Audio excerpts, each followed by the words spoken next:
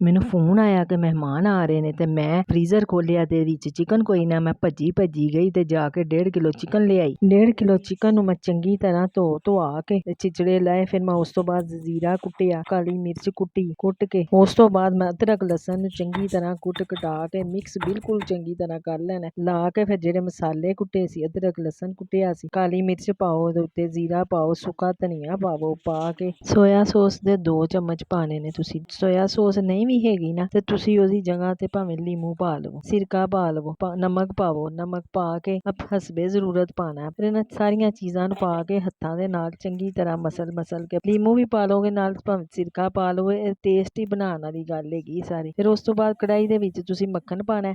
ਮੱਖਣ ਪਾ ਕੇ ਤੇ ਜਿਹੜਾ ਮਸਾਲਾ ਲਾ ਕੇ ਰੱਖਿਆ ਸੀ ਅੱਧਾ ਘੰਟਾ ਪਹਿਲੇ, ਤੇ ਉਹਨੂੰ ਪਾ ਕੇ ਤੇ ਵਿੱਚ ਚੰਗੀ ਤਰ੍ਹਾਂ ਉਹਦਾ ਪਾਣੀ ਖੁਸ਼ਕ ਕਰ ਲੈਣਾ। 2 ਟਮਾਟਰ ਵੱਡੇ ਵੱਡੇ ਕੱਟ ਲੈਣੇ ਨੇ ਤੇ 1 ਵੱਡਾ ਪਿਆਜ਼। ਫਿਰ ਉਸ ਤੋਂ ਬਾਅਦ ਤੁਸੀਂ ਘੀ ਪਾਣਾ, ਉਹਦੇ ਵਿੱਚ ਬਦਾਮ ਪਾਣੇ ਨੇ, ਕਾਜੂ ਪਾਣੇ ਨੇ।